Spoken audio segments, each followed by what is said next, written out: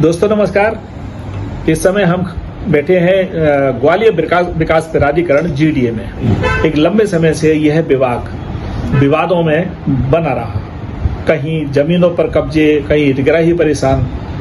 पिछले 1-1.25 साल से यहाँ GDA CO के रूप में नरोत्तम भार्गव जी आए हैं और उन्होंने काफ़ी बदलाव करने का प्रयास किया है। वे हमारे साथ में हैं, उनसे ही जानना चाहते हैं। सर, इस प्रकार से आपने जो पदभार ग्रहण किया है और लगभग आपको 1-1.25 साल हो गया है, तो जो आपने शुरुआत में देखा, ऐसी कौन कौन सी कमजोरियां थी जो आपके पकड़ में आई? मैंने ग्वालियर विकास प्राधिकरण में पदस्थापना के समय से देखा कि यहाँ काफ़ी हितग्राही या जो भूमि स्वामी भूखंड के हैं वो परेशान हो रहे हैं। तो उसका मूल कारण मुझे समझ में आया कि यहाँ जो भी प्रक्रिया है वो पूरी तरह आज भी ऑफलाइन चल रही थी, फाइल्स चल रही थी। तो सबसे पहले उन लोगों की समस्याओं को समझा और पहले जो बड़ी संख्या में हजारों कुछ लोग घूम रहे थे उनकी समस्याओं का निराकरण किया। नामांतरण, डीड और छोटे मोटे पोजीशन को लेकर जो इश्यू थे, तो बहुत बड़ी संख्या में लोग उससे फ्री हुए।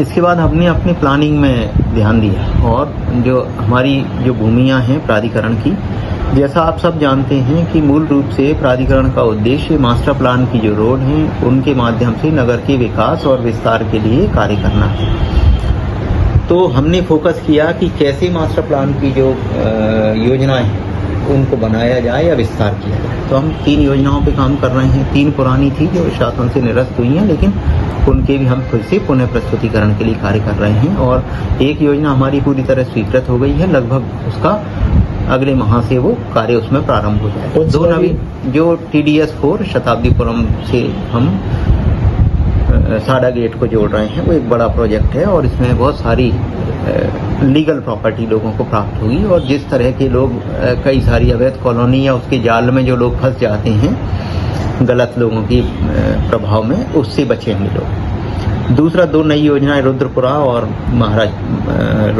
और बड़ा गांव के नाम से हमने स्वीकृत बोर्ड ने स्वीकृति दी है। उनके टेंडर प्रक्रिया में है, उनका सर्वे कराने के बाद हम उसको क्रियान्वित कर पाएंगे, शासन को प्रस्तुतिकरण देंगे, फिर शासन से अगर अनुमति मिलती है तो हम उन पे काम करेंगे। और इस तरह हमें उम्मीद है कि इस तरह अगर हम लीगली काम आगे कर पाएंगे तो लोगों को बहुत व्यवस्थित तरीके से और लीगल प्रॉपर्टी प्राप्त होगी। इससे बहुत सारे विवादों का निराकरण है। एक चीज फाइंडिंग की है कि यहाँ काफी आपकी जो संपत्ति हैं तो काफी पेंडिंग पड़ी हुई है, कहीं अतिक्रमण है, कहीं किसी न किसी प्रकार से विवादों में है। तो इस प्रकार से कितनी संपत्तियां आपने निकाली हैं और कितनी बिक्री की है? क्योंकि GDA ऐसा माना जाता है कि इसको बंद होने के कगार पे था, घाटे में था। तो कैसा लगता है आपको? नहीं, ये तो कहना उचित नहीं होगा कि GDA बंद होगा या कगार पर है, क्योंकि शासकीय संस्थाएं हमेशा काम करती हैं, आगे ही बढ़ती हैं, नई योजनाएं बनाती हैं, प्रथम बात तो। और दूसरी बात यह है कि निश्चित तौर पर चूंकि आज जो स्थितियां हैं ग्वालियर में भूमियों या भूखंडों की, हर कोई इसके लिए प्रयास कर रहा है। कोई वैध तरीके से प्रयास कर रहा है तो कोई किसी प्रकार की अन्य प्रयास करता रहता है। ये जरूर है कि चूंकि बहुत सारे विवाद होते हैं कई बार भूमियों को लेकर, तो लगभग 350 केस माननीय उच्च न्यायालयों में या अन्य न्यायालयों में प्रचलित हैं। उन विवादों को अगर छोड़ दें तो बड़ी संख्या में बहुत सारी भूखंड और प्रॉपर्टी ऐसे मिले जिनको कि मैंने पता करके सारे डिस्प्यूट्स को दूर करते हुए बेचने का या विक्रय करने का प्रयास किया। उसमें लगभग 50 करोड़ के भूखंड या फ्लैट्स का हम विक्रय कर चुके हैं। जैसे 14 महीने में करीब 50 करोड़ के ऐसे विक्रय कर चुके हैं। ये तो हम विक्रय कर चुके हैं और साथ में अभी की स्थिति में लगभग 125 करोड़ की प्रॉपर्टी मेरी अभी टेंडर लगे हुए हैं बेचने के लिए, विक्रय के लिए। तो जो पूर्व से उपलब्ध है और नए प्रोजेक्ट्स पे हम काम कर रहे हैं। और वैसे देखें तो कोई भी चीज़ है, यदि पारदर्शिता लाना है और कहीं कोई गड़बड़ी रोकना है, एक क्लिक पर चीजें देखना है, तो वो उसमें सबसे ज्यादा मुख्य भूमिका होती है ऑनलाइन की। तो आपने ऑनलाइन के लिए क्या प्रयास किए हैं और उसमें अब तक कितनी सफलता मिली है? ऑनलाइन के लिए जैसे एजेंसी अपॉइंट की गई थी पूर्व से मेरे, लेकिन रिकॉर्ड की स्कैनिंग तक नहीं हुई थी। तो लगभग मैंने 20-25 हज़ार फाइल्स को मैंने स्कैन करा लिया है और अब हम एक एजेंसी के लिए टेंडर कर रहे हैं जो हमारे इस पूरे डेटा को रखे, ऑनलाइन काम करे और पब्लिक को ये फैसिलिटी दे पाए कि वो एक क्लिक पर सब देख सके। क्योंकि आज के दौर में हम कंप्यूटराइजेशन और ऑनलाइन सिस्टम के बिना काम कर रहे हैं, ये बहुत पिछड़ेपन की स्थिति रही है, लेकिन हम लगातार इसमें कोशिश कर रहे हैं और मुझे उम्मीद है मैं 15 अगस्त तक मैंने कुछ टारगेट तय किए हैं अपने कि मैं 15 अगस्त तक इसको ऑनलाइन की प्रक्रिया में बहुत हद तक पूरी करने की कोशिश करूंगा। एक सबसे ज़्यादा देखते हैं कि जो आपका सिटिंग है, एक सिटिंग लंबे समय तक रहती है और फाइलों को अक्सर भी चूंकि आना जाना हमारा रहता है, पूरी फाइलों को बारीकी से देखना, अध्ययन करना हो जाता है, उन पर निराकरण कर देना। तो इससे हितग्राही तो प्रसन्न है, लेकिन आगे आने वाले समय में वो पूरा रिकॉर्ड पूरा मेंटेन रहे, उसके लिए कोई ऐसी जैसे आपने स्कैनिंग की है फाइलों की, तो फाइलों की स्कैनिंग से क्या ऐसे मान के चलें जो हितग्राही को प्लॉट बेचे, भूखंड बेचे, उनकी स्कैनिंग हुई है? जो पहले से रिकॉर्ड उपलब्ध था या जो आज भी कोई प्रॉपर्टी के भूखंड आवंटन या अन्य फाइल जो तैयार होती है उस फाइल को स्कैन करके अपडेट करके ऑनलाइन रखा है। पूरा डेटा हमारे पास भी है और जो सर्विस प्रोवाइडर है उनके पास भी।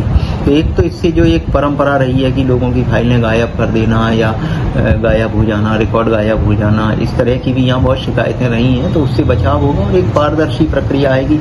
इसके और भी फायदे हैं, इससे लोगों को भी समय की और धन की बचत होगी, साथ में प्राधिकरण को भी बहुत सारी पारदर्शिता के साथ साथ मितव्ययिता और दक्षता भी प्राप्त। एक बिना लाग लपेट के यदि बात कहूँ तो जीडीए एक माफियाओं का मान के चलें कि जो इसमें हितग्राही है या कॉलोनाइजर है, तो उसमें ज़्यादातर माफियागिरी हावी रही है, इसलिए हितग्राही परेशान रहा। क्या आप ऐसा मान के चलते हैं?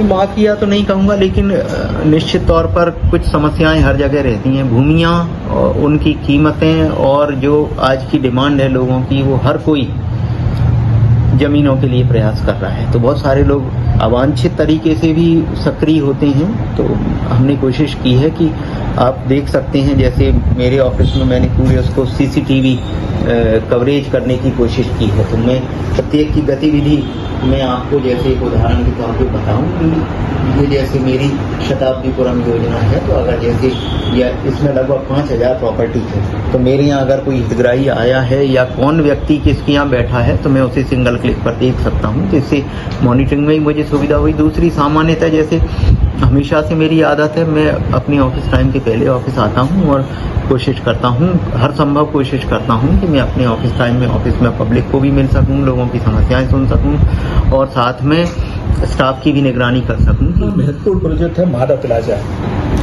मादा प्लाजा बहुत एक महत्वाकांक्षी योजना ग्वालियर विकास प्राधिकरण की रही है और ये लगभग 1990 के दशक में इसमें कार्य प्रारंभ हुआ। कुछ कानूनी अड़चनें भी आई, सिया वगैरह की आपत्ति आई, लेकिन उन सबको दूर किया गया और बहुत बड़े स्तर पर इसमें कुल मिलाकर लगभग 550 कमर्शियल जो प्रॉपर्टी थी, उनमें से लगभग 400 का विक्रय हो चुका है। कुछ हमने अभी शुरू किया है, उसमें लगभग 20 लोगों को अभी हमने भी दिया है। इसके लिए आवश्यक जहाँ जहाँ मीटिंग की आवश्यकता थी, हमने चैम्बर ऑफ कॉमर्स, गेट और सभी तरह के व्यवसायी वर्गों के बीच बातचीत की है। मल्टीप्लेक्स के लिए प्रयास किए हैं, लगातार टेंडर किए हैं। तो हम धीरे धीरे उसमें आगे बढ़ रहे हैं। हालांकि बहुत बेजोड़ हैं, तो हम आपके माध्यम से भी अपील करेंगे, लोगों से प्रत्यक्ष भी कर रहे हैं, आपके माध्यम से भी करेंगे कि ये बहुत अच्छी प्रॉपर्टी है और इसको जिन्होंने शॉप्स ली हैं वो उसमें ओपन करें। और जो कुछ व्यवसायियों के पूर्व से ब्याज को लेकर कुछ इश्यू चल रहे हैं, तो उस पर हम शासन स्तर पर भी बातचीत कर रहे हैं। अगर ऐसी उम्मीद करते हैं बहुत जल्दी वो भी रिजॉल्व होगा। साथियों, देख सकते हैं ये अपर कलेक्टर और ग्वालियर विकास प्राधिकरण के CEO श्री नरोत्तम भार्गव जी हैं। इन्होंने जो प्रयास किए हैं, प्रयास चर्चा का विषय बन रहे हैं और जो यहाँ गड़बड़ करने वाले लोग थे वे यहाँ से कुछ दूर भागने का प्रयास भी कर रहे हैं। स्टाफ भी पूरी तरह से मुस्तैद हो रहा है और इनकी खास कर से इसको तीसरी आंख कहते हैं। इन्होंने CCTV कैमरे लगा रखे हैं पूरे, उसमें कौन स्टाफ क्या कर रहा है, हितग्राही कहाँ मिल रहा है। पुरानी योजनाओं में रिकवरी हो रही है, करीब 500 करोड़ रुपए से ज्यादा की संपत्तियां इन्होंने खोजी हैं और उन्हें विक्रय करने का प्रयास है।